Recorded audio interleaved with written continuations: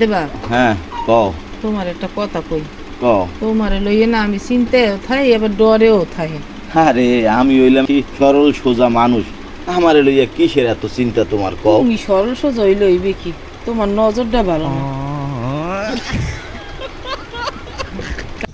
তুমি সরল সোজা হইলে কি মাঝে মধ্যে তোমার লইয়ে বাইরে এলে এককালে ইরুম করে ফেলাইয়ে চাইয়ে থাও মাথার দিকে।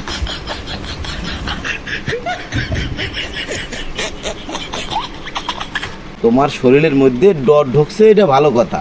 যদি বেশি তেরিং বেরিং করো তাহলে আমি যে কি কই হেলামু এটা আমি নিজেই কইতে পারি না।